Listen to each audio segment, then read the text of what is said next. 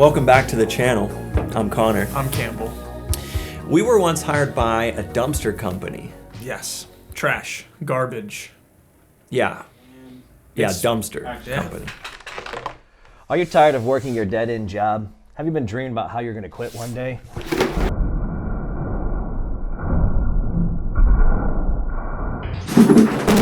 So we were hired this dumpster company to basically create a set of advertisements for their brand. And Connor... It's a franchise. Their franchise. Connor, tell these young folks about what this company, like what was their branding like? A dumpster company. A dumpster company headquartered in Orlando, Florida. Their branding, just think orange. Some people watch golf on TV. It was very aggressive. It was very aggressive branding. And very bold. you might need that. If you want to franchise, if you want to really Especially in the take trash over industry. the nation, you really do have to stand out amongst the crowd. Yeah. One of those companies I would say would be like Stanley Steamer. They really stand out amongst the crowd of like carpet cleaning Everyone services. knows their jingle. Yeah.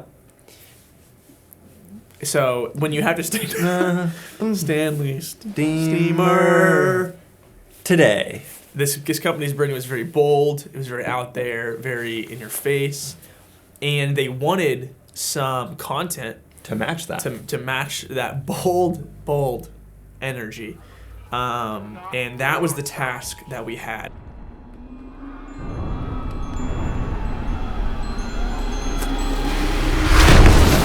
We knew that we had to come up with some really bold ideas in how we were going to advertise their dumpsters. So we asked them, what are like maybe the 3 main things that you really want to push through this campaign? When you get them, they're clean. When you get them, they arrive really Quickly. and Which is ordering them is really Easy. yeah.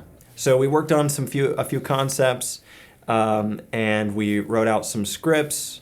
We worked on some storyboards. I remember the first time that we actually got to walk inside one of their large dumpsters. And that was a beautiful experience. I think Yeah. it was newly painted. Yeah, it had was a an- it fresh was- coat of paint. It was like being on a different planet. Yeah. An orange, glossy planet, which is attractive. We actually... You did get attracted to it at one I point. did, yeah. I tried to kiss it. You took off a majority of your clothes before we stopped you. My grandfather has a great voice. Nice, deep, beautifully smooth, buttery voice. We had him come into the recording booth. Poorly. There's something about There's nothing wrong being with put him. on the spot to do a performance when you're not necessarily a performer, that you miss all the good beats. So unfortunately, Missing my out. grandfather, he did not make it into the final cut. We had to outsource it to someone else we knew in DC. Yeah. Thank you, Scott. like tarp in his. When we are creating ideas for people, I don't know what it is, but there's not like this filter that we have that's like, oh, is that too weird? When we're pitching an idea to a CEO of a company that, hey, we want to have dinner in your dumpster. And we're pretty excited about it. Yeah. And that excitement carried over into him, and he was like, okay, let's do that. Yeah, we really love coming up with concepts that you would think, oh, you definitely shouldn't say that to the CEO Yeah. because they're so outlandish. Yeah. But that is some of the most fun we have. Pretty far, guys. It's We pretty love fun. working with people who trust us. If you want to get your brand noticed, we can come up with some crazy ideas to make that happen.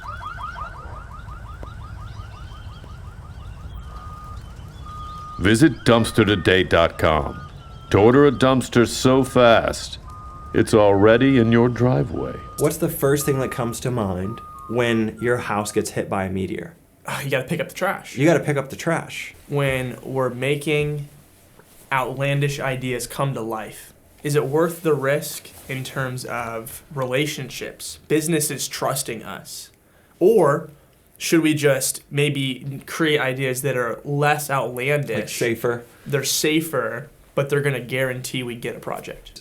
I will always want to first think of all the outlandish things and take a chance and see if we can get a yes out of something outlandish. Because the truth is, like, they might be in it to make more money from these commercials.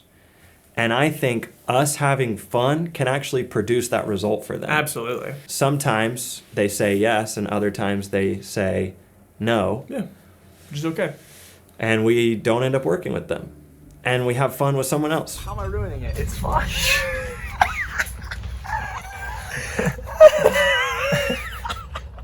Filming inside of a dumpster was like high key one of the most challenging things ever, because it's not big. Like you can't fit a lot of people and things and lights and props and stuff in a dumpster.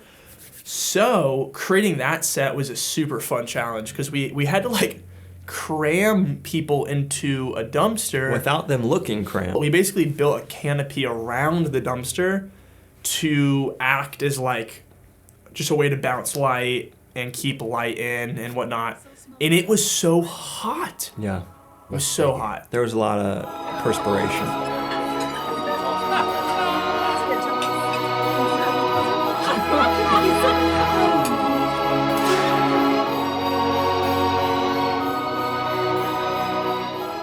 Visit dumpstertoday.com to order a dumpster so clean you could share a meal in it.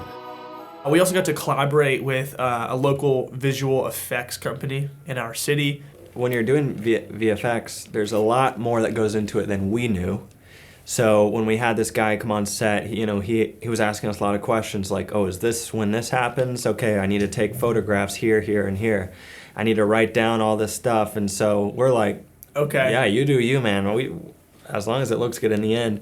And it did. It looked great. We hired them more times for some of the projects. So this was an entire campaign where we had 3 large videos that were, full 30-second spots to play wherever they wanted to show it, as well as social media posts coming from the ads themselves. And we're working with a budget, so we have to coordinate really well, have a good, tight schedule with props, with actors, with VFX. It was a lot to manage. We ended up needing to shoot all 3 ads in back-to-back days. There was a lot of travel, a lot of driving, a lot of late nights. So that was taxing.